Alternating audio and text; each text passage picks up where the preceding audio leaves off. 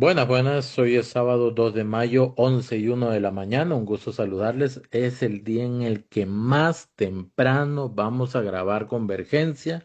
Esperamos que se grabe bien. ¿Y cómo están, Cris? Todo bien, Richard. Saludos a vos y a todos los costarricenses. Bienvenidos a su espacio Convergencia. Es correcto. Vamos a analizar el día de hoy un poquito, comentar más bien un Sí. poco lo que ha sucedido especialmente el día de ayer, cuando asume la nueva Asamblea Legislativa.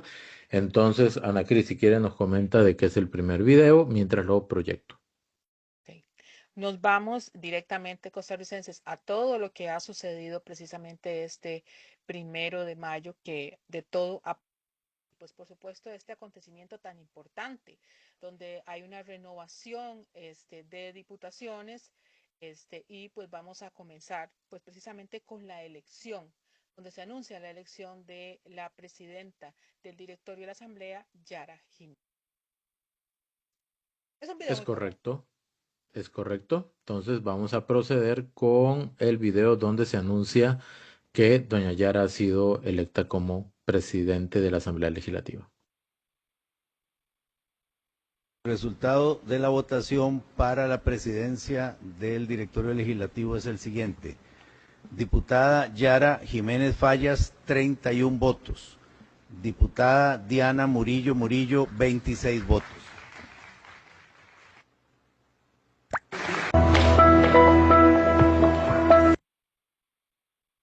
Bueno, Bueno, efectivamente, ¿verdad? Así se da la elección de doña Yara. Es normal observar que efectivamente la cantidad de votos del oficialismo son 31, ahí van en bloque, ¿verdad? Y la sí, oposición iba igual en 26. 26. Ahora, Solamente quiero dar sí, un detalle. ajá, Observen que al final, me imagino que son los diputados del Partido Pueblo Soberano los que aplauden. A sí. raíz de esto se da una llamada de atención del presidente interino de en ese momento del directorio, diciéndoles que ellos no pueden aplaudir. A raíz de esto se ha pues, dado una serie de intercambios de controversia porque parece que esto de no aplaudir es una costumbre parlamentaria y de hecho el plenario está plagado de ese tipo de cosas. Algunas pues sí están bien y otras pues no tanto. Todo esto porque vino una pues publicación del señor Otto Guevara Gut, donde dijo que específicamente no existía ninguna prohibición de la Constitución política para que ningún diputado aplaudiera. Así que él incentivaba a que si gustaban pues aplaudir que lo hicieran. Ahora, el contrario censo, otros han pensado de que tampoco se permite abuchar, pero bueno, abuchar es en forma negativa, aplaudir es en forma positiva. Así que yo personalmente, esta es mi opinión, pienso que está bien. Lo que pasa es que tanto aplaudir como abuchear son muestras de libertad de expresión. Sí, El tema está en la, vamos a decir que, madurez, en la ecuanimidad del acto que se vaya a desarrollar y ahí es donde entra el criterio de priorizar o de utilizar más bien esa libertad de expresión para exaltar algo o para tratar de disminuir, que sería en todo caso un abucheo.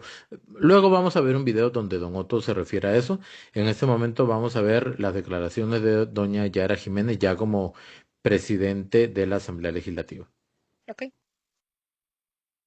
Es preciso un respeto vehemente para llegar a acuerdos que cubran las necesidades de Costa Rica. El debate es la esencia del Parlamento. Debe ser productivo, orientarse a encontrar las soluciones esperadas por los ciudadanos. Es ineludible dejar de lado las confrontaciones irrespetuosas.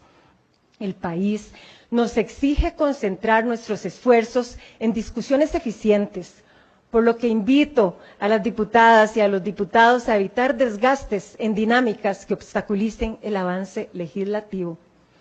El arte del diálogo productivo es una virtud que buscaremos arduamente y debe convertirse en nuestra principal herramienta de trabajo. La diplomacia dentro del debate es un gesto simbólico, no es un gesto simbólico, sino una práctica indispensable para construir entendimientos duraderos y valiosos entre las distintas fracciones. Costa Rica requiere alianzas eficientes, basadas en el respeto mutuo, la escucha activa y la disposición genuina de ceder en favor del bien común. Es necesaria la convergencia de ideas, negociación, transparencia, construcción de agendas y consensos, trabajo fuerte y eficiente. Esta estrategia será la verdadera fortaleza de este Congreso, con lo cual juntos podremos trascender en función de los intereses públicos. Hago un llamado respetuoso a mantener una retórica orientada a un debate de altura, que profundice cada proyecto de ley sin obstruir los alcances que los costarricenses esperan de este Parlamento. Una Asamblea Legislativa de altura se construye con responsabilidad, seriedad, preparación y un profundo respeto por la investidura que cada legislador ostenta. Es fundamental un debate firme, con argumentos sólidos sobre las diferencias, apartándose del obstruccionismo legislativo. Me comprometo a promover un diálogo permanente entre las fracciones, a facilitar espacios de articulación política y a tomar decisiones basadas en nuestra Constitución política y el ordenamiento jurídico costarricense. Hoy, más que nunca, Costa Rica demanda un Congreso cercano a los costarricenses, que actúe de cara al país con vocación de servicio público, priorizando el interés general por encima de cualquier diferencia partidaria. Para ello, nos corresponde actuar con disciplina en el uso del tiempo y tener presente que cada sesión es una oportunidad para avanzar. Es imprescindible dejar atrás la improductividad legislativa que Costa Rica enfrentó, cambiar la visión que los costarricenses tienen de los debates cargados de revanchismos políticos y poco análisis sustancial.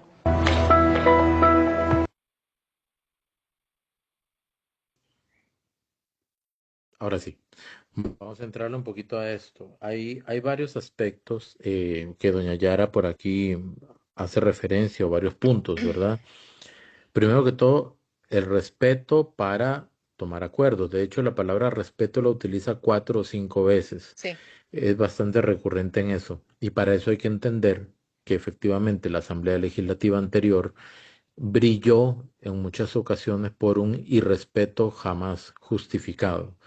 Em, Creo que si tenemos la capacidad, o al menos en mínima forma, de aprender de cabeza ajena, deberíamos observar lo que pasó anteriormente, o sea, la Asamblea Legislativa anterior, y procurar que no se repitan algunas de esas cosas. ¿Por qué?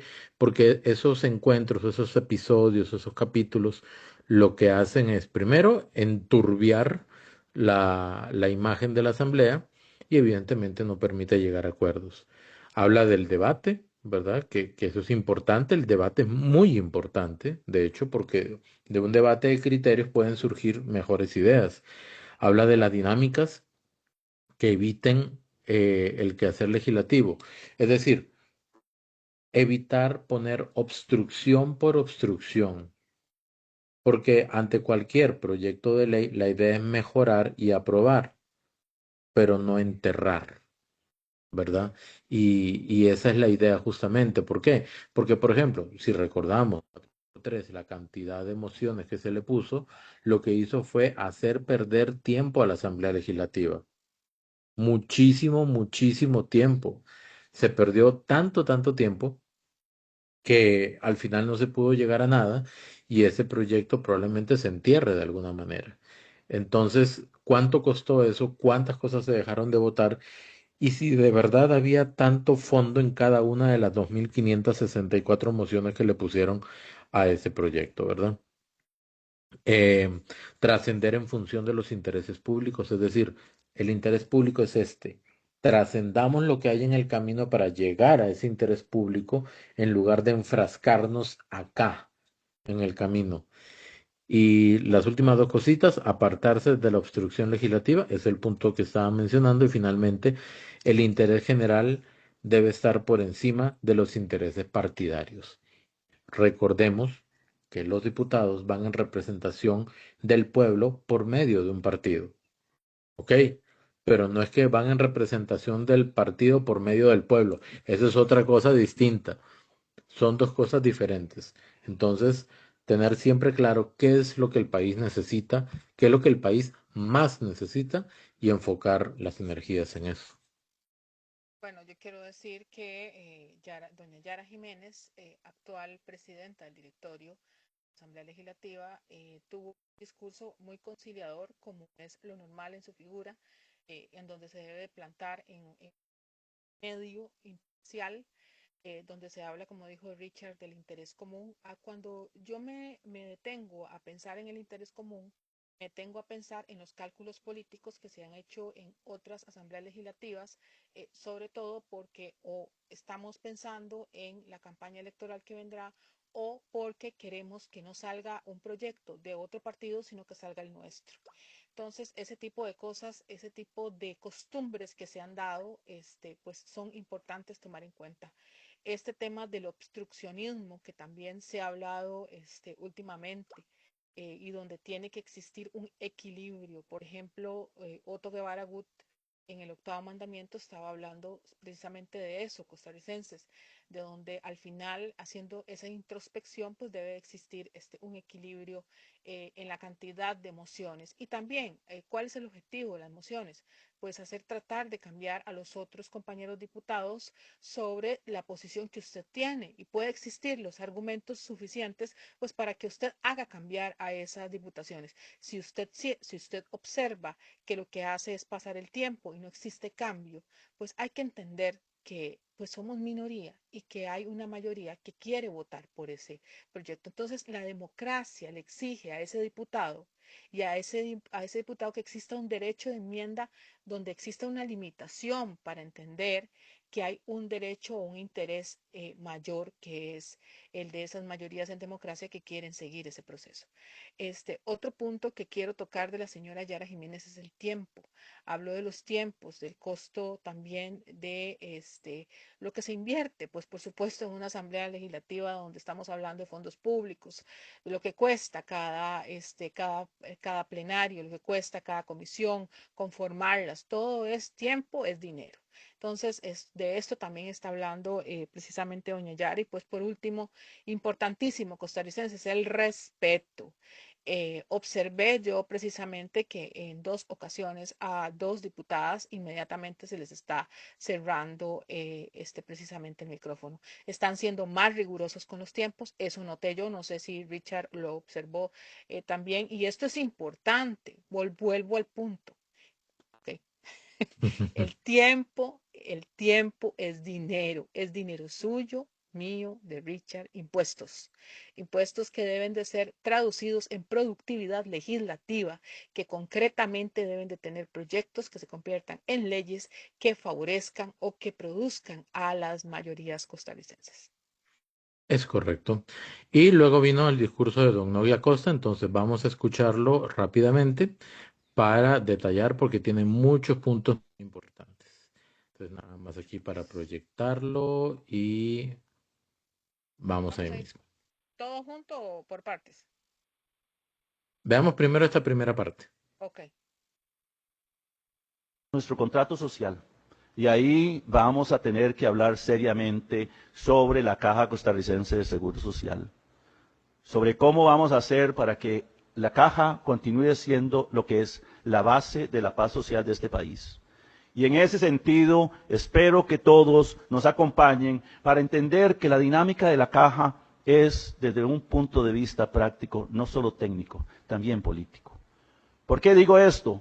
Porque hoy más que nunca tenemos que tener claridad que el envejecimiento de la población está definiendo los derroteros.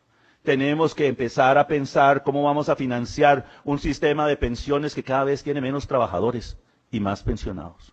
Necesitamos una pensión justa para todos. Necesitamos que haya salud efectiva para todos. Y dentro de ese escenario vamos a tener que ponernos a pensar en qué vamos a hacer, porque la Caja va a vivir mucho tiempo, va a existir mucho tiempo. Pero en el 2100 este país va a tener 3.400.000 personas. Y entonces, ¿qué es lo que estamos haciendo hoy? Tenemos que empezar a visionar. No podemos seguir pensando que la caja es un fin en sí mismo. Es un instrumento de políticas públicas que nosotros vamos a tener que contestarle a los costarricenses qué hicimos para mantenerlos. La seguridad social es importante. En este sentido, también tenemos que pensar en qué vamos a hacer para asegurarle a los costarricenses esa salud. Evidentemente hay un problema de financiamiento. La Constitución política dice que frente a una situación en donde la caja no tenga suficientes recursos, el Estado tiene que hacerlo. La pregunta es quién es el Estado. El Estado somos todos nosotros. Y entonces vamos a tener que ir a decirle a los costarricenses a quién le va a tocar pagar esa salud. Y esa decisión va a tomarse aquí, en este plenario legislativo. Señoras y señores, no podemos seguir pensando que podemos postergar estas decisiones que son relevantes para este país. ¿Por qué? Porque vivimos aquí, nuestros hijos van a vivir aquí, nuestros nietos van a vivir aquí. ¿Y qué les vamos a ofrecer a ellos? Deberíamos al menos darle lo que nosotros tuvimos.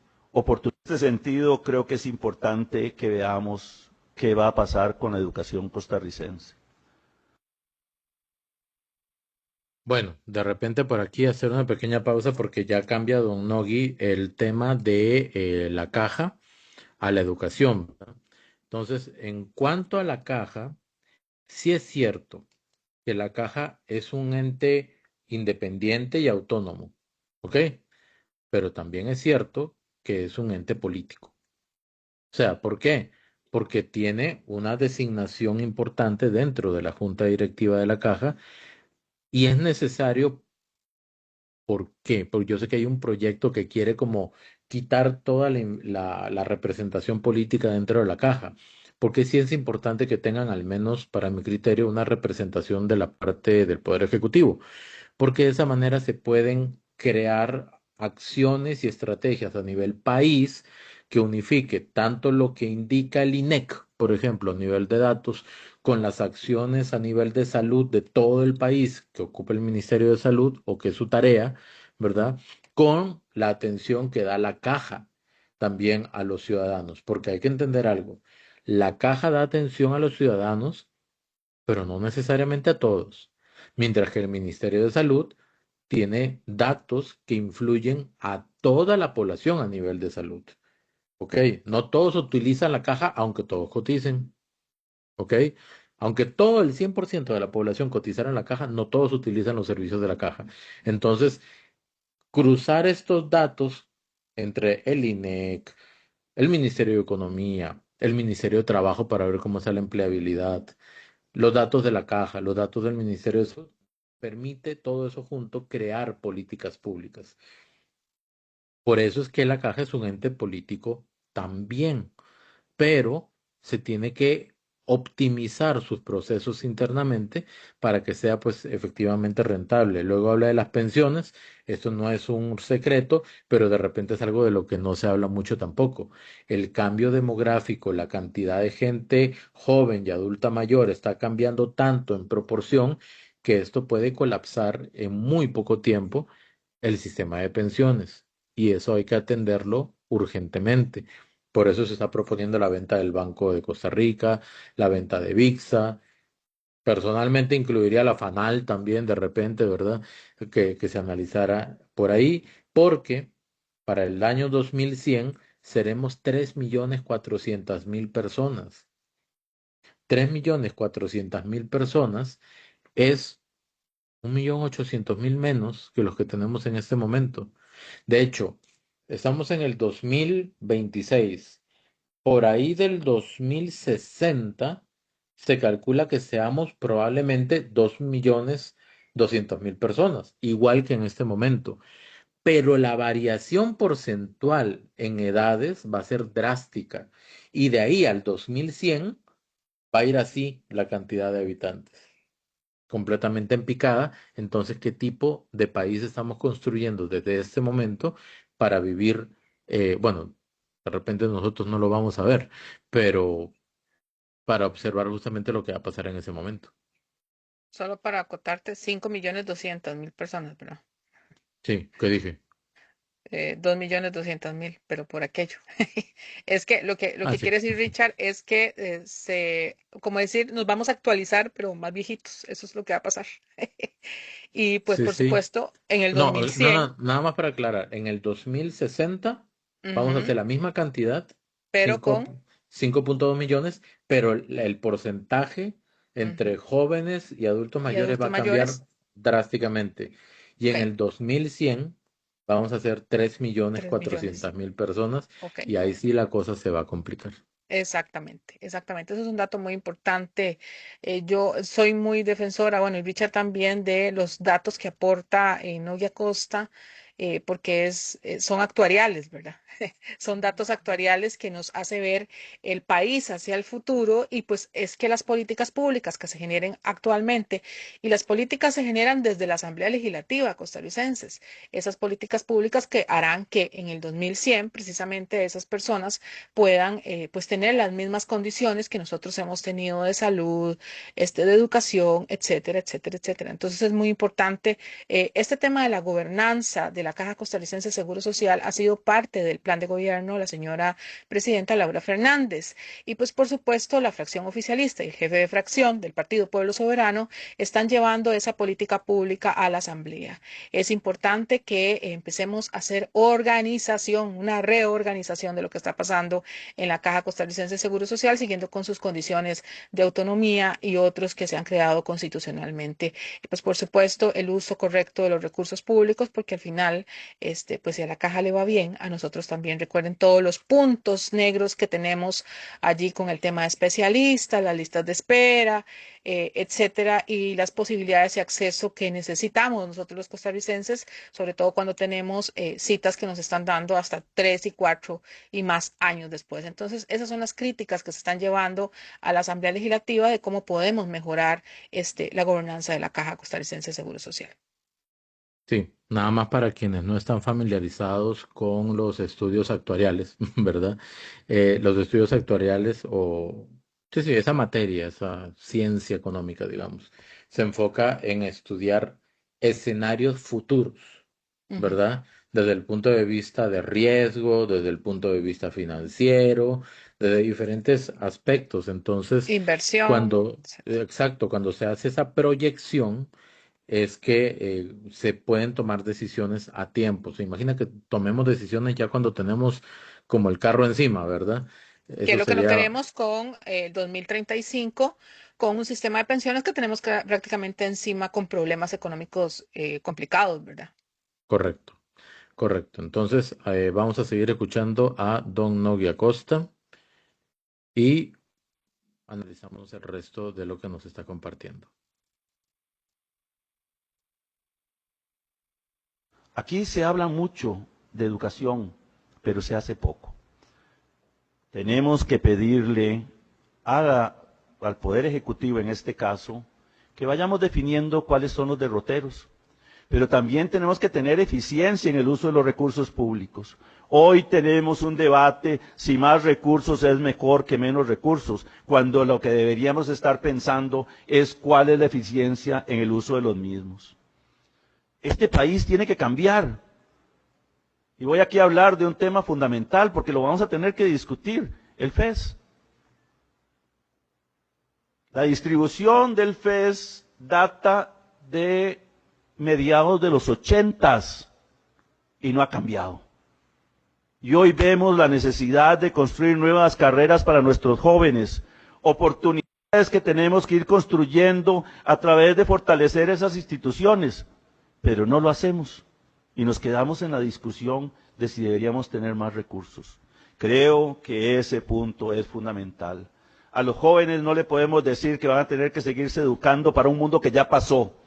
Necesitamos educación para el mundo que viene, nuevas carreras, nuevas oportunidades para ello. Y eso significa también que vamos a tener que crear condiciones para la inversión nacional y la inversión extranjera. Solo así vamos a poder generar más riqueza y vamos a distribuirla mejor. Antier estaba viendo un estudio del Instituto de Investigaciones en Ciencias Económicas. Y el tema más interesante es que la reducción de la pobreza no se da por las transferencias se mantienen. Eso quiere decir que el crecimiento económico es la mejor política pública que uno puede tener para atacar la pobreza.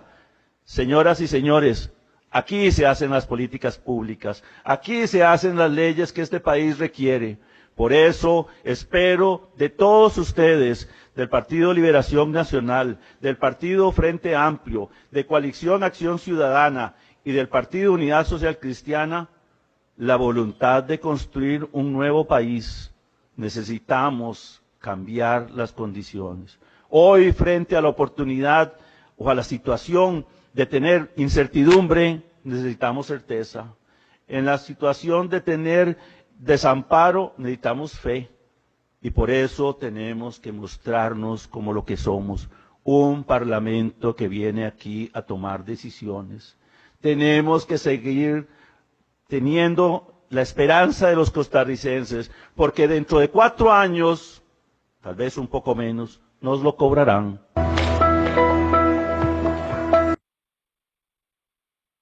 Vamos a ver, efectivamente, mucho de las políticas públicas y las políticas económicas se deciden dentro de la Asamblea, cuando, por ejemplo, tienen que aprobar o no un préstamo a nivel internacional, ¿verdad? Eh, Temas como eurobonos, por ejemplo, la eliminación de impuestos o la creación de nuevos O la impuestos, creación de nuevos impuestos que no se que han dado, todo ¿verdad? eso va de la mano o va en la potestad de la Asamblea Legislativa. Y efectivamente, cualquier propuesta que diga vamos a quitar impuestos de X o Y va a sonar muy, muy bien para la gente. La pregunta es, ¿y por dónde se va a cobrar eso? Porque el presupuesto, o sea, en lo que el país tiene que gastar, eso no se mueve. Más bien, eso aumenta. Los gastos, las necesidades siempre van a aumentar. Pero si el ingreso se limita, se encoge, se aprieta, es decir, los impuestos, ¿quién va a salir, en términos muy coloquiales, rascando? ¿Verdad? ¿De dónde se va a tener que agarrar? ¿O a quién se le va a tener que quitar? Necesidades, ingresos. ¿A quién se le va a quitar? Así de sencillo. Entonces, por eso, cualquier propuesta que diga eliminar impuestos, ¿qué se financiaba con esos impuestos? Y ahora, ¿cómo se va a financiar eso que ya no va a tener la partida de esos impuestos? Y cuando don Nogui habla de educación, no es dar recursos a lo loco, o sea, no es dar dinero por darlo, no es la solución. ¿Ok? Totalmente. Hay que saber en qué se está utilizando el dinero actual para posteriormente indicar en qué se puede invertir. Y don Nogui habla muy claro sobre el tema del FES. Y yo solamente voy a recordar un dato. Ujú. La Universidad de Costa Rica para este año en ejecución, 2026 en ejecución, tenía un presupuesto, es decir, ¿en qué vamos a gastar el dinero? ¿Qué hay que gastar? ¿En qué hay que invertir? 373.000 millones de colones. Mm. ¿Ok?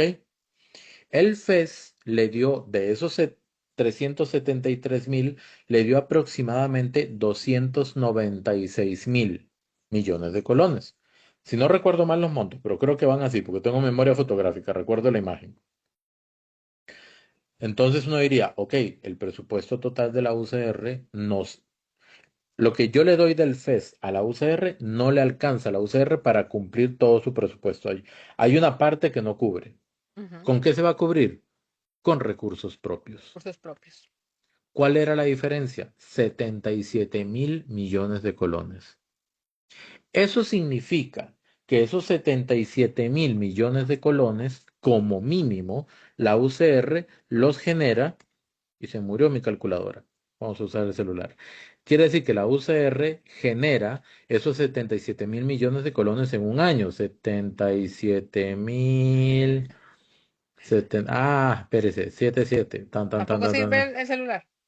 No, no, sí, sí, el que no sirve soy yo a veces. Bueno. 77.000 millones de colones entre 12 nos da 6.000 millones de colones, Ujú, ¿verdad? Aproximadamente casi 6.500 millones de colones al año, al mes, perdón, al mes. ujú. Quiere decir que la UCR de recursos propios genera un montón de plata, en otras Claro, palabras. claro. ¿Ok? Con 77.000 millones de colones se construyen más de 20 escuelas como la Escuelas. de Guadalupe de Cartago. Muy bien, sí, sí, sí. Más Eso es de verdad. 20 escuelas de 3 niveles Ujú. para 1.000 y pico de estudiantes, Ajá, 1090, algo así, 1100 estudiantes con como 27 con 27 aulas. aulas. Ajá. Ajá, Entonces, dos háganse la idea, laboratorios. Ujú. háganse la idea, ¿ok? Es un montón de plata. ¿Está mal que las universidades públicas generen recursos propios? No, todo lo contrario, Más es muy bien bueno. es bueno para el Estado. ¿Sabe por qué? Porque eso las hace más autónomas. Sí, La económicamente, autonomía, la autonomía parte del hecho de que las personas o las instituciones pueden moverse y sostenerse por sí por solas, sí solas, exacto. ¿ok? A nivel de decisiones, a nivel académico y a nivel económico. La UCR en ese sentido no es autónoma. ¿Por Ujú, qué? Porque no es autosustentable y necesita de la inversión estatal. ¿Está mal? No está ujú. mal, ¿ok? El punto es, ¿cuánto genera la UCR por mes o por año? ¿Y cuánto de eso que genera agarró para completar el FES o el presupuesto, perdón, del año 2026? Porque 77.000 millones de colones no es cualquier cosa. Genera sueros, por ejemplo, estudios de la NAME que le vende al Estado, Ujú, matrículas, ujú. otro tipo de servicios. ¿En qué produce? Repito, no está mal. El asunto es que si estamos hablando de inversión estatal y que los recursos son limitados y que las otras universidades públicas requieren más inversión, ¿por qué no la UCR dice, bueno, yo genero tanto al año, que del FES me llegue tanto y completo, en lugar de que me llegue el FES y completo con lo que yo produzco? Es diferente, Exacto, ¿ok? exacto. Ese es el punto, por eso que Don Noy dice, no es invertir por invertir, es que hay que hacer una revisión de cómo se están invirtiendo los recursos.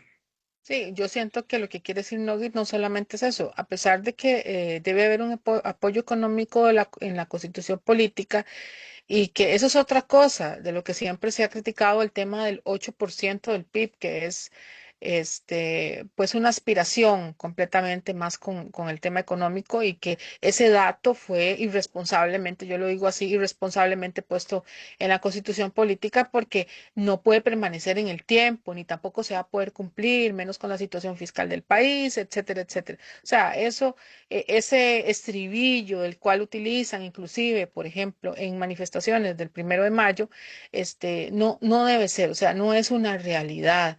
Además que hablando de temas como la demografía, pues ustedes saben que esto pues también va a repercutir en la matrícula de las universidades.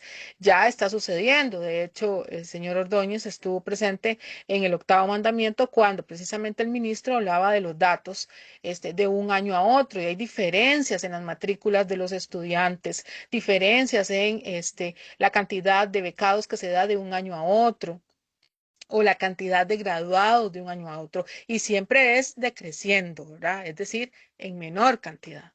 Entonces, ese tipo de cosas son las que nosotros tenemos que criticar y estar en constante revisión, porque yo creo que los rectores tienen que siempre darse cuenta que están haciendo uso de fondos públicos.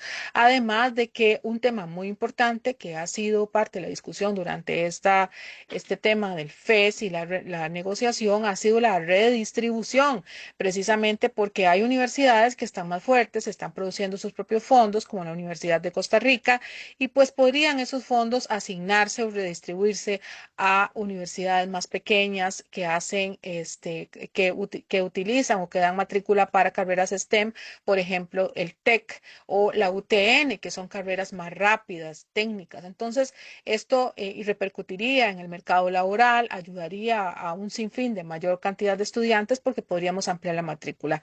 Y pues al final las estadísticas del CONAR en general pues podrían mejorar. Entonces, hay muchas cosas que se están tomando en cuenta y pues por supuesto se revisan los datos de las universidades pues año a año. Yo creo que debe seguir siendo así porque dentro de la negociación y lo que está proponiendo las universidades es que ellas quieren que sea la renegociación cada 4 años y yo siento que eso no debe de ser. Ellos deben de seguir dando cuentas cada año porque están usando fondos públicos de los impuestos de los costarricenses y tenemos que saber en qué se está invirtiendo el dinero.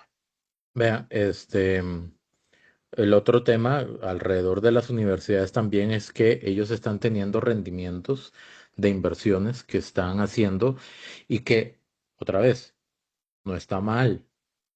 El tema es para qué están haciendo ese ahorro y generando esos intereses de esas inversiones y cuánto es lo que tienen. Porque yo creo que había puesto un ejemplo, ¿verdad? En el episodio anterior de Convergencia, Ana Cris, usted me corrige o me recuerda que, por ejemplo, yo le puedo dar a Ana Cris 100.000 colones y le digo, guárdemelos un año. No es el mismo caso, pero aplica en el sentido siguiente. Guárdemelos un año y en un año me los devuelve. Ok, pero si en ese año Ana Cris los invirtió, le sacó intereses, 10.000 pesos, póngale. Ok, y se los queda, me devuelve a mí la plata, está bien. A mí no Pero no me los llegó menos intereses. plata, Ujú. pero lo que se quedó Ana Cris es generado de mi dinero.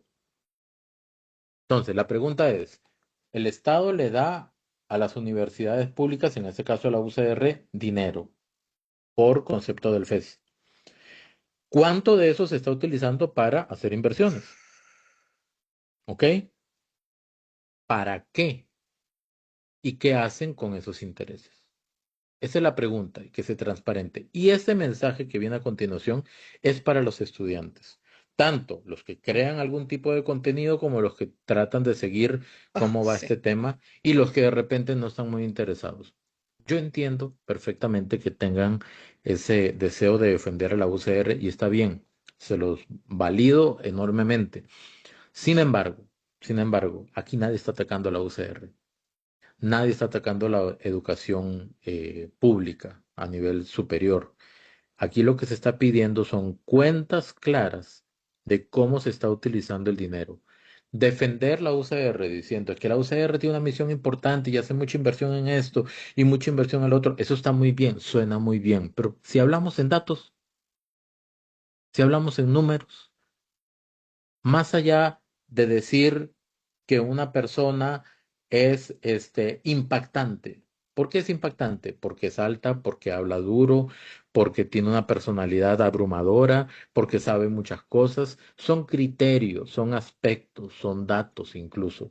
Entonces, yo invito a los estudiantes de la UCR que defiendan a la UCR. ¿Ok? A capa y espada, pero que esa capa y esa espada Datos. sean datos. Sí, eso es ¿Ok? muy importante. Datos. Aquí dimos datos concretos. 373.000 millones de colones Ujú. de presupuesto para este año. 296.000 fue del FES. 77.000 millones fue de ingresos propios. ¿Cuántos ingresos propios tiene la UCR y por qué? Si la UCR tiene ingresos propios, ¿por qué no se financia a lo que dé, lo más que pueda con ingresos propios y que el FES venga a completarles el presupuesto?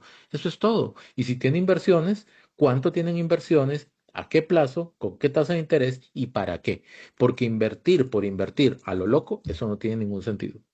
Debe tener un Sí, propósito.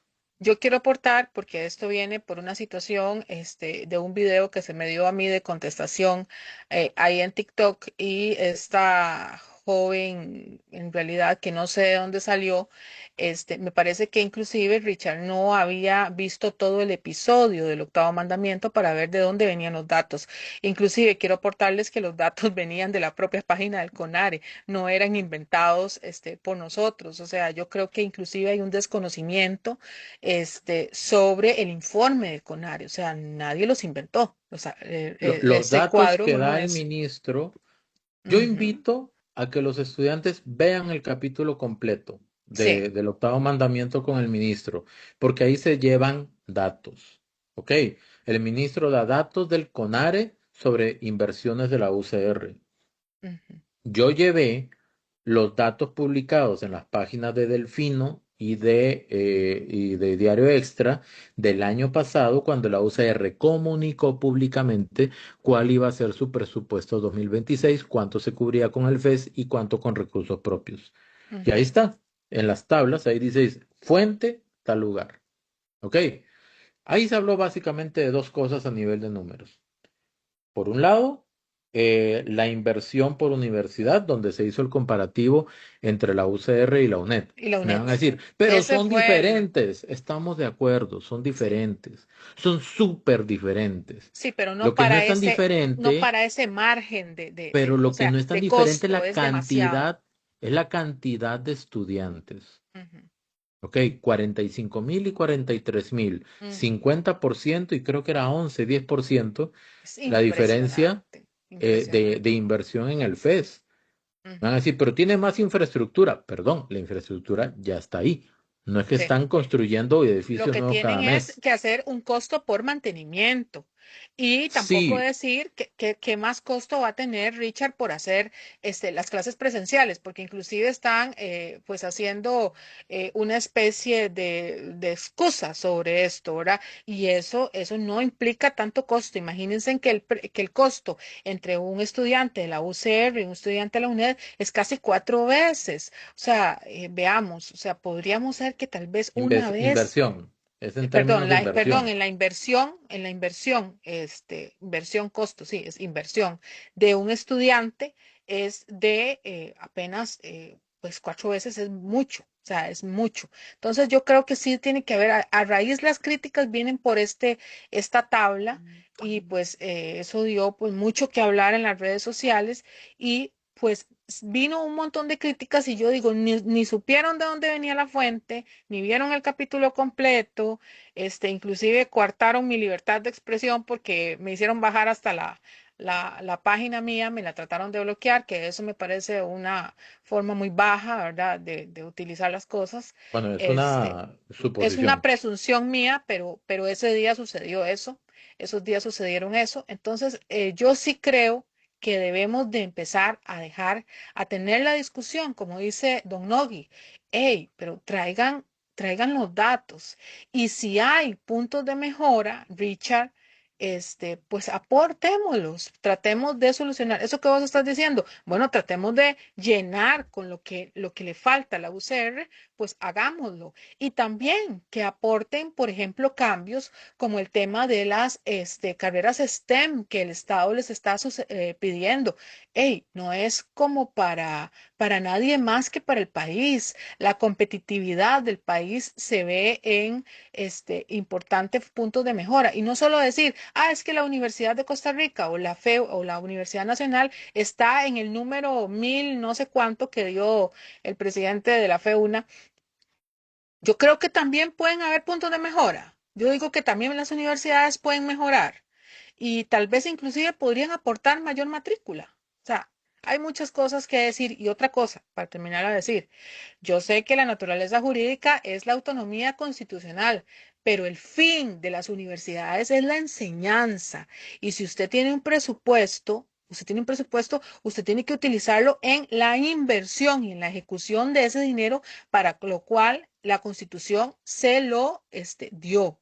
No está establecido en ninguna parte y no pueden solaparse bajo la autonomía que pueden invertir simplemente por invertir, si tienen ese dinero. No, yo creo y también dar datos claros de cuánto es lo que se está recibiendo en intereses por eso, porque al final son fondos públicos por los cuales están recibiendo esos intereses.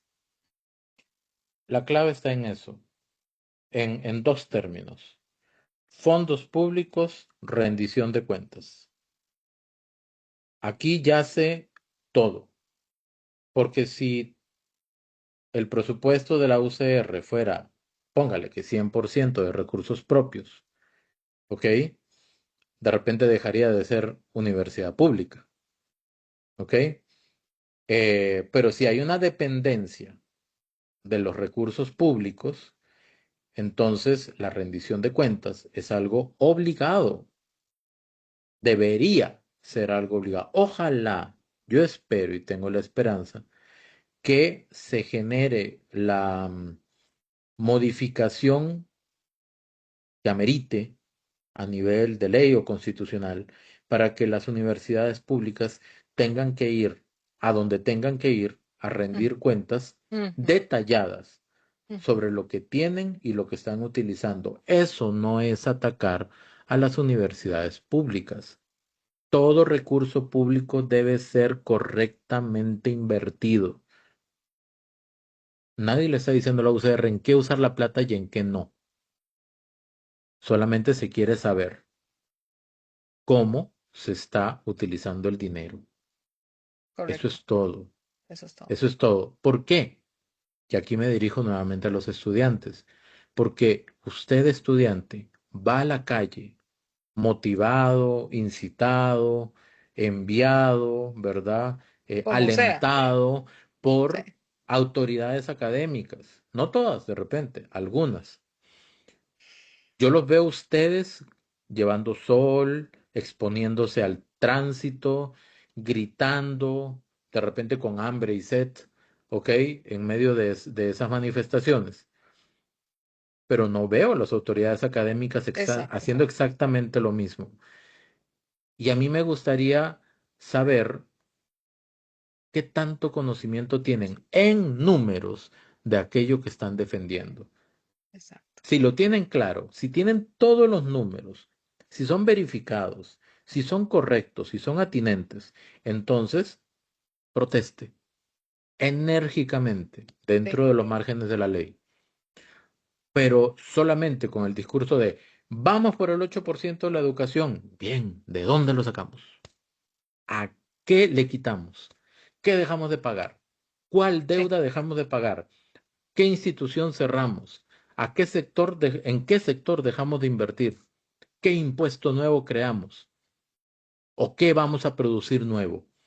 Porque de repente, estudiantes de las universidades públicas que quieren el 8% probablemente no quieran, esos mismos estudiantes no quieran que se impuestos, saque oro futuros de impuestos. crucitas.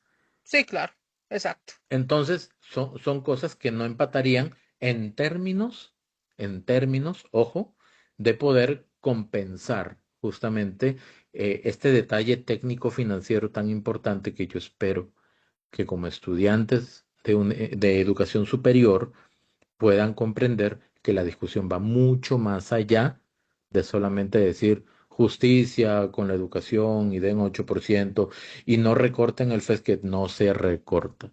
El FES no se recorta. Por Así de cierto, sencillo. Constitucionalmente constitucionalmente no se no se recorta. puede. Repito y subrayo, la Constitución dice, el FES nunca va para abajo, se mantiene o Regresión, va para arriba de solamente acuerdo a la para arriba. inflación.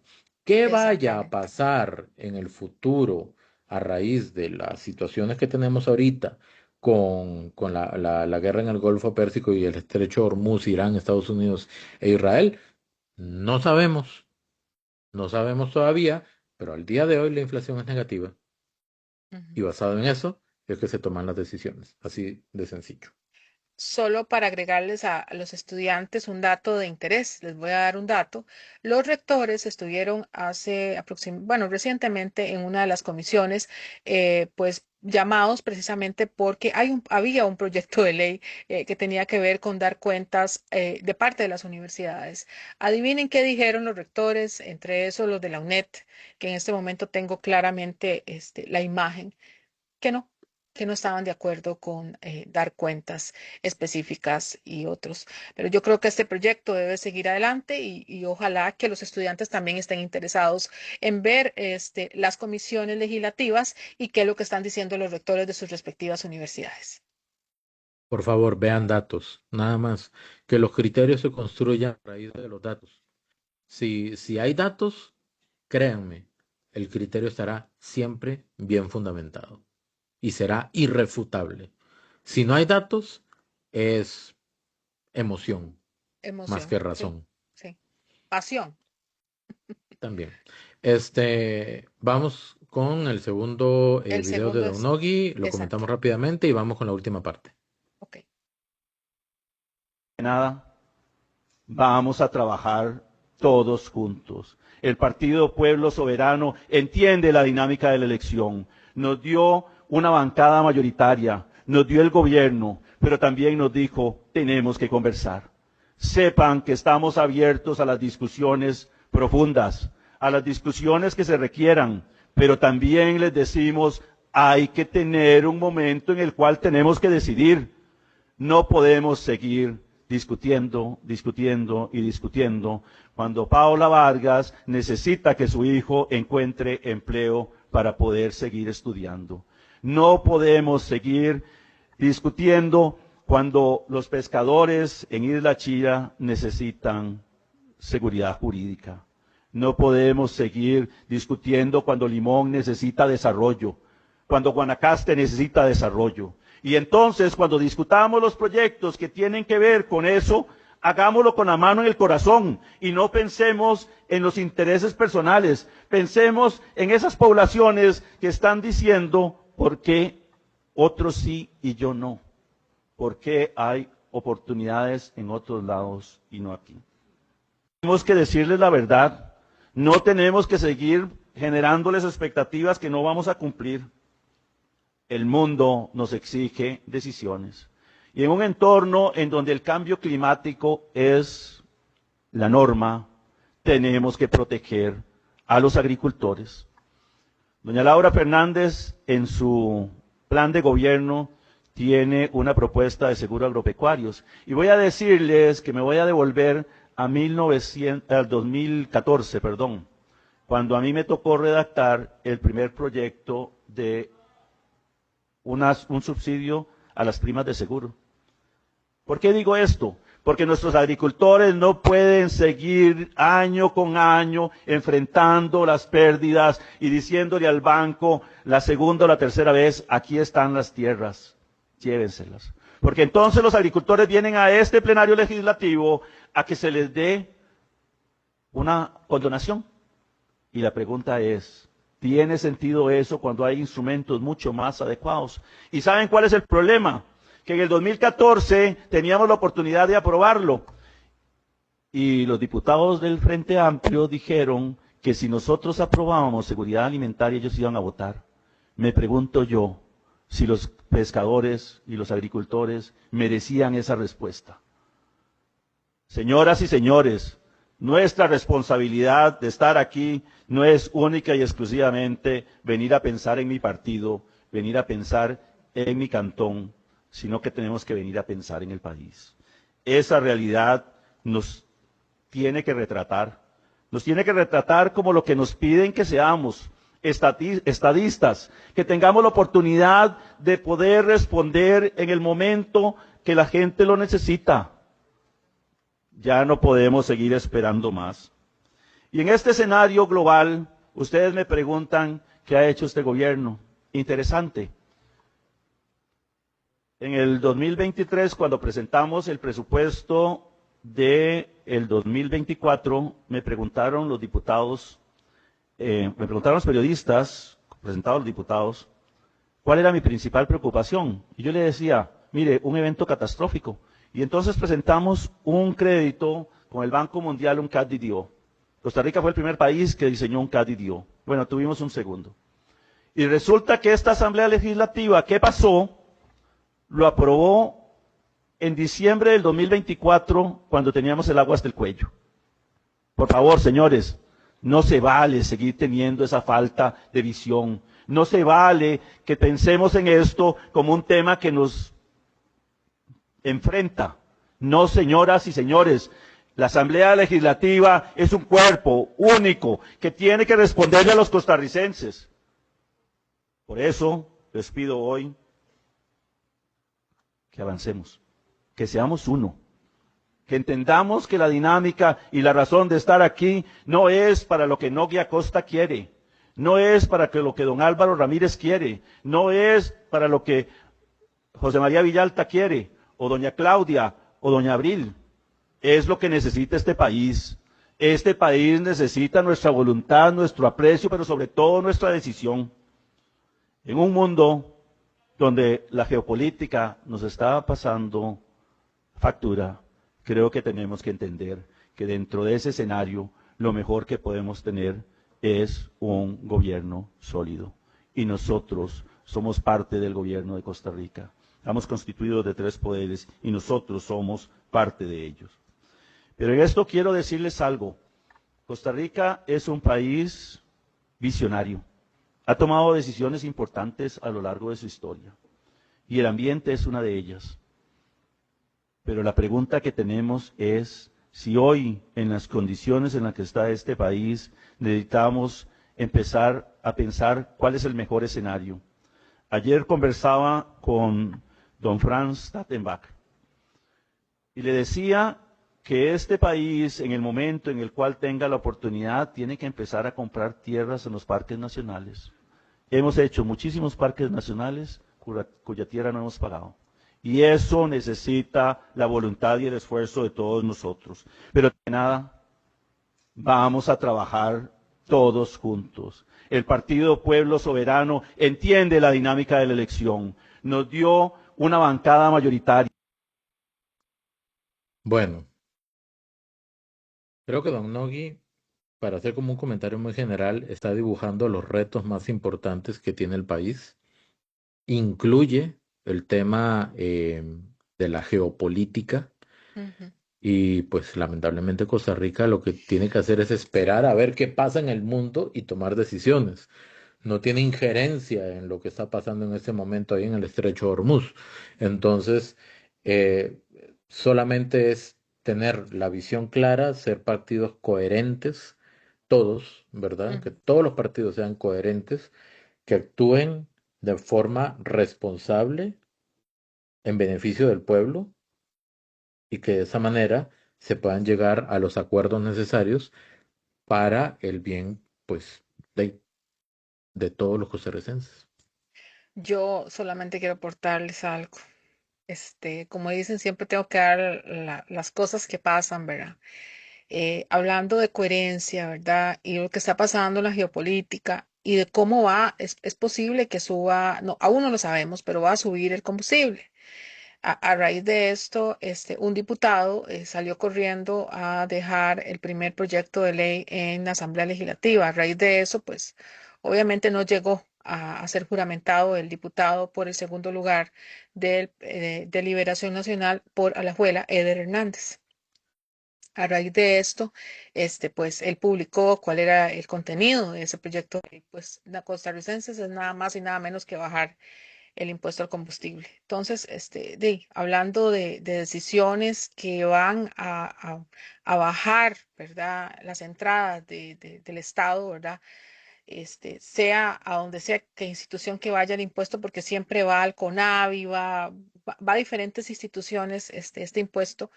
Y pues entonces es menos dinero con el que vamos a contar para poder hacer la obra pública. Entonces, ese tipo de cosas, aparte de que, pues, ¿qué va a incidir? Si, como dijo Richard, nosotros solo somos meros espectadores de una situación internacional en la cual no tenemos injerencia, solamente lo que podemos hacer es como país en la economía es tratar de generar las políticas públicas para tener un equilibrio. Entonces, este tipo de cosas, ¿verdad? Lo único que me explican a mí son como protagonismos, ¿verdad? Individuales y no el entender de forma real lo que está pasando en el país. Y lo peor, ¿verdad? Que debía de estar presente en el plenario y en ese momento no fue juramentado y después posteriormente tuvo que haber sido juramentado por el presidente interino. Entonces, ahora vamos para el octavo mandamiento. Vámonos, sí. Y son dos extractos, ¿verdad? Cortitos, Sí. uno más cortito que el otro, donde vamos a ver justamente una interacción entre estos invitados que estuvo que ardía ese programa. De verdad que estaba ardiendo, ¿verdad? Y yo le ponía ahí a Luz Helena, excelente, muy bien. Estaba así Muy como bien las que... intervenciones de Luz Catherine, Helena. ¿verdad? Ahí, porque También Catherine. Ujú. de verdad, ¿cómo Sí, se llama? Moderaron ambas un gran programa. Entonces, sí. ahí estaba don Otto Guevara, don Antonio Álvarez de Santi, doña Patricia Mora, obviamente Catherine Zúñiga y Luz Helena Soto. Que tenemos que No decirlo me antes de que pegué en los nombres, comencemos. no me pegué en los nombres. No se pegó en los nombres, pero hay que decirlo, exdiputados y los tres con posiciones, ¿verdad? Fuertes, Radicalmente ¿verdad? diferentes en algunos casos. Radicales, ideologías distintas y pues por eso precisamente las posiciones de cada uno pues nos dan la realidad de lo que estaba pasando y lo que ellos también están diciendo de lo que pasó también en la anterior asamblea, a la anterior legislatura. Correcto. Vamos a escuchar. De Otto. Eso absolutamente lo quiero compartir. Desgraciadamente no lo comparto. Es decir, desgraciadamente yo no tengo esa visión. Creo que se han roto. Vea, yo estoy convencida de que en política son tan importantes como el fondo Las formas. Claro. Y en este país se perdieron. Se perdieron. La manera como se sientan, como insultan, como vociferan, como dicen, hijo de puta, déjame, no sé. Es decir, uno dice, pero ¿qué es esto? ¿Dónde estoy? ¿A dónde? Perdón, Ana Cris, ¿usted alguna vez ha escuchado que han dicho eso, al menos en micrófonos? Yo me quedé pensando y traté de recordar si alguna vez se había dicho esa palabra H con P, ¿verdad? Y Sí. no recuerdo que esa palabra se haya dicho. Recuerdo muchas palabras, pero no esa. O sea, en estos 4 años, no. No, En no. micrófonos. Yo no sé si En se han micrófono. madreado, ¿verdad? Así aparte, Sí. o fuera de micrófonos, pero ahí no. Y también voy a ser clara, ¿verdad? Tampoco es, porque aquí están poniendo una posición, doña Patricia, como que ha sido el oficialismo. Y después, por cierto, hay una intervención ahí de Luz Helena donde le aclara que ha habido faltas de respeto de parte de todos los flancos, ¿verdad? No solamente, es más, yo podría decir que muchas han sido provocadas por el otro lado, pero bueno, es que ahí están los videos, no, no estamos mintiendo, yo los tengo Bueno, ahí, así que, vamos a seguir, vamos a seguir. A ver. bueno. Fui a parar. Reparar eso va a costar un poco. Y ante eso es que esas personas, me imagino que entre ellas muchas del Frente Amplio, hemos dicho, por supuesto, que somos la oposición, porque yo no sé si hemos como reparado en que aquí se está hablando de continuismo. Yo sé y espero, igual que Otto, que el tono, que la forma sea distinta, porque considero que aún sosteniendo los mismos principios, los mismos proyectos, si la señora que va a ser presidenta cambia las formas, vamos a ver un poco la luz del día. Entonces yo quiero que... Ahora, ella es una persona aparte y tiene su propia forma de ser, ¿verdad? Y todo. Sí, Bueno, claro, cada quien pero tiene hay... su No se forma de no se ser. puede pensar simplemente de no va a que- ser No, la es copia ella al la cajón, que... tiene su estilo. Por Exacto. No, por eso nos Pero estamos doña refiriendo Patricia, a las formas. llegó un punto En eso confío. donde de la asamblea se escuchó exactamente lo mismo que estábamos escuchando en Zapote. Absolutamente. Se escuchó, o sea, yo lo voy a nombrar, doña Rocío Alfaro diciéndole al presidente de la República, perro faldero, Sí. es exactamente lo mismo Es que que estaba había que sucediendo. no, pues. Pero ¿por qué contestar? ¿Por qué contestar con lo Ok. mismo que uno está criticando? O sea, si a mí me parece que una persona está haciendo algo mal, Ajá. es porque mis principios y mis valores no me permiten hacer exactamente eso. Entonces, ¿por qué caer en responder o utilizar exactamente los mismos adjetivos si de tanto se estaba criticando? Y eso lo vimos de todas las bancadas, incluyendo el oficialismo, que ya desde Casa Presidencial había un tono, obviamente, que se ha dicho, un tono elevado del discurso, un Sí, tono directo, vulgar, un tono indecente e crítico, inaceptable. un tono crítico del sistema. Pero nos vamos a la asamblea. Sí. Escuchamos a una diputada de Liberación Nacional diciéndole a una señora, véngase, manca no estoy. escuchamos a alguien del oficialismo del otro lado diciéndose, cállese porque usted es la peor, señora, cállese porque usted es la peor. Eso no lo veo, Luz Helena, sucediendo en este cuatrienio. No, pues, Usted no- pero entonces sí hay que cambiar y hay que entender que eso fue un error de Vamos a ambos ver, lados. es que cuando se Comentario rápido, Luz Helena, nivel Saiyajin, muy bien. Sí, buenísima, excelente. Yo te digo, sacó un ejemplo concreto, extracto, para decir que ha venido de todos los flancos, así que tampoco, ¿verdad? Hay que ser honesto. Seguimos. se tira la primera piedra, usted no sabe qué va a pasar después. Pero en eso yo diría lo siguiente, pasemos la página. Ya esa asamblea terminó, ¿verdad? Hagamos nuestro hagamos de Otto. y acogiendo el positivismo de Otto, eso es lo yo más creo que importante. ¿qué es lo que sigue entonces? Entonces lo que aquí sigue es que la señora presidenta entregue y presente su agenda de proyectos legislativos prioritarios para poder empezar a trabajar. Estamos en periodo de sesiones extraordinarias, entonces ellos Exactamente. van a presentar los proyectos, nuevamente, ellos son los que tienen iniciativa en la formación de la ley, y los diputados que no son del oficialismo, te pueden llegar y decir, bueno, yo sugiero que también me consideren esto, métanlo allá, pero si no lo convocan, no lo convocaron, porque es prerrogativa del Poder Ejecutivo, pero ahí va a haber varios proyectos en los que coinciden todas las bancadas. La reforma de la ley de expropiaciones, eso va a salir prácticamente por unanimidad. Sí. El proyecto de ley sobre alianzas público-privadas, todas las bancadas han dicho que están a favor de eso. Eso va a salir en Eso es este importante. cuatrienio. Van a votar todos. Los empréstitos que les mencionaba van a votarse, los tres que están en la sala constitucional. Si la sala no encuentra ninguna inconstitucionalidad, llegarán y se votarán. Y entonces, donde sí no va a haber coincidencia, especialmente entre el bloque oficialista y Frente Amplio, porque han dejado muy claras sus posiciones, es en armonización del sistema eléctrico nacional. El partido de Frente Amplio, con sus diputados actuales, con los diputados que salieron, y la bancada actual, muy probablemente vaya a sostener la misma tesis, no están de acuerdo con el contenido del proyecto de armonización del sistema eléctrico nacional. El oficialismo sí está de acuerdo. Muy probablemente Liberación Nacional, que trabajó de la mano jugó un rol protagónico en la elaboración de ese proyecto de armonización del sistema eléctrico nacional, uno esperaría que la bancada del PLN apoye al oficialismo en ese tema. Claro. Bueno, y ahí veremos. Ya el proyecto está para discusión final y votación. Irá a la sala constitucional. La sala dirá si pasa el filtro de constitucionalidad o no. Si no lo pasa, regresará a consulta de constitucionalidad, hacer los ajustes. Esa es la dinámica. Eso es a lo que vamos. Pero vea que estos proyectos que acabo de mencionar son proyectos de calado profundo. Son muy importantes. Es Y van a haber que ya- coincidencias. Y no veo que el estilo que caracterizó a la Asamblea Legislativa que salió vaya a ser el estilo de esta Asamblea Legislativa. Bueno, eso sería esa es la mejor noticia. Voy a hacer una pregunta rápida a la gente, nada más para que pongan en los comentarios. ¿Cómo visualizarían? Se me acaba de ocurrir, ¿verdad? O sea, sí, me vino nada más a la mente. Ver a Otto Guevara como conductor del octavo mandamiento. No Eso sé. eso estaría interesante. Sí. Porque Otto- la Otto conductora, tiene su la podcast, ¿verdad? conductora principal es Catherine, ¿verdad? Y Ujú. la otra persona va variando, pero ¿se imaginan a Otto Guevara entrevistando políticos junto con Catherine? Nada más lo dejo ahí. Nada más lo dejo ahí. Estaría interesante. Muy Seguimos, interesante. seguimos. Al día, ¿verdad? Sí, Digamos, que aprendan de los mismos errores. eso sería una gran cosa. Y aquí quiero plantear algo que no es el tema de la discusión, pero no entiendo cómo y qué pasó con la ley de expropiaciones. Nosotros hicimos 2 reformas a la ley de expropiaciones. Y nos dijeron, 2 reformas. con esa ya estaba.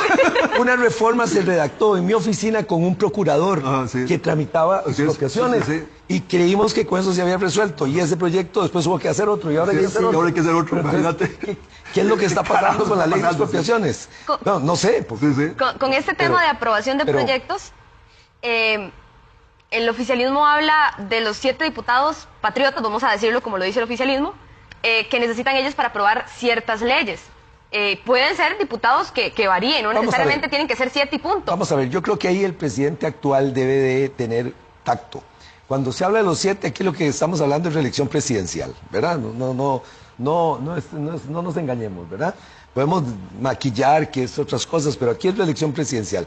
Si el presidente arranca con el tema de empujar la reelección presidencial desde ahora y no deja que las cosas transcurran, que estos buenos proyectos que habla Otto salgan y que las cosas caminen, sí vamos a llegar a una dinámica de choque. Y entonces ahí sí me parece que es inoportuno que ese sea el proyecto que se vaya a plantear. Tiene tiempo todavía. tiene que darse 2 legislaturas, pero no tiene que resolverse ya. Y además, 7 diputados no los va a sacar en el primer mes. Vea, rápidamente antes de ir con el último pedacito, que es lo que usted estaba mencionando, Ana Cris, sobre el aplauso, ¿verdad? Yo personalmente no creo que de entrada se hable sobre reelección presidencial continua, que no es indefinida, son dos cosas distintas, ¿verdad? Nada más. Em, entonces, yo creo, considero, me parece, que quizá los proyectos de entrada que van a necesitar 38 votos serán justamente los de, ¿cómo se llama? Los de reforma al Poder Judicial, me parece. Yo quiero agregarles que cuando el señor Rodrigo Chávez habla de patriotas, eh, yo no creo que solamente se refiera al tema de la reelección presidencial. Él está hablando de la reforma del Poder Judicial, está hablando de armonización energética, está hablando de reformas al tema de la ley de ay, ya se me olvidó, bueno, la ley de contratación. En fin, hay varias cosas muy importantes, reforma del Estado. O sea, no solamente se está refiriendo a ese tema. Yo creo que sí es un tema que se va a plantear.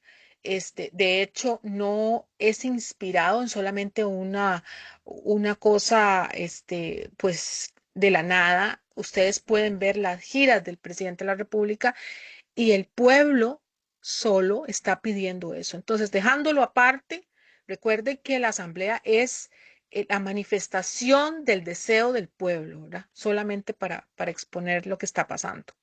Sí. Y vamos a ver este último extracto para terminar y hacemos un comentario general ya de cierre. Váyanse de carajadas. Aplaudan, diputados, denle rienda suelta a la alegría en la Asamblea Legislativa, esa carajada que se echa alguien, llega un presidente, se echa un discurso y nadie puede aplaudir, porque no, que dice que la Constitución, que el voto, que no se pueden dar votos de aplauso. Votos de aplauso es una moción, usted aplauda, diputados, aplaudan. Por eso hoy estuve metiéndoles carbón para que aplaudieran, se dejen de tanta carajada, que sea más espontáneo la dinámica parlamentaria. Lo que sí no estoy de acuerdo es que ponga una tienda de campaña en el centro, del recinto parlamentario. A esa parte yo le tengo algún temor, no por los aplausos, sino porque si ustedes los aplausos terminás como el parlamento británico, el español, o sea, son parlamentos más vivos, pero todavía también son parlamentos, no asambleas legislativas. Pero la Constitución no prohíbe un aplauso. Eso sí es. La Constitución no prohíbe aplaudir. Es que una cosa es votar aplaudiendo, ¿verdad? Algo así como los que están a favor, aplaudan, ¿verdad? Eso es una cosa, me imagino. Y otra cosa muy distinta es que si alguien dice algo así, ¿verdad? Sí, de forma espontánea. Si yo no recuerdo mal, en esa Asamblea Legislativa que terminó, en algunas oportunidades, algunos diputados, incluso oposición, espetaron algún discurso o alguna frase y los aplaudieron o algo le dijeron, ¿verdad? Entonces, inclusive hubo abucheos también. También, y gritos y todo el asunto. Sí. Ahí entra a jugar la madurez del grupo humano que lo integra, ¿ok? Sí. En ese momento la Asamblea Legislativa, que integra la Asamblea Legislativa. Eso es por ese lado. Y, pues bueno, yo creo que este programa está muy bueno. Yo recomiendo que lo vean completo, ¿verdad? El del octavo mandamiento, con estos tres invitados, porque se arma ahí, ¿verdad? Ese debate y la contraposición de criterios. Entonces, me parece que esta Asamblea Legislativa... ¿Ah? Que a vos te encanta, bueno, a vos te fascina, a mí me encanta. Sí. No, a mí me fascina el debate acalorado incluso dentro de los márgenes del respeto. Sí.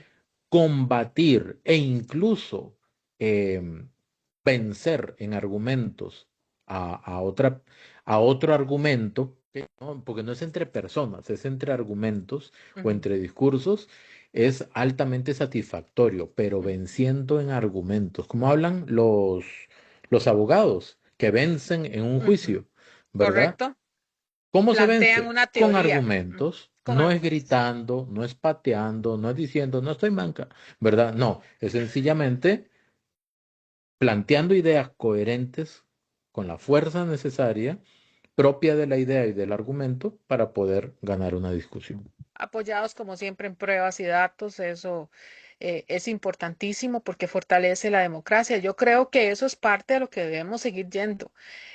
Plantear argumentos con las personas de forma respetuosa cuando no estamos de acuerdo con algo y simplemente quedarnos callados. Yo creo que esa no es la opción. Ujú. Costa Rica tiene que ir hacia a un mejor país donde prevalezca la crítica de forma respetuosa, y hago el énfasis, respetuosa, pero siempre haciendo hincapié en de dónde viene, para qué es, con datos y en qué se utiliza, pues por supuesto, los fondos públicos, porque los impuestos son pocos costarricenses, así que hay que siempre plantear eso. Correcto.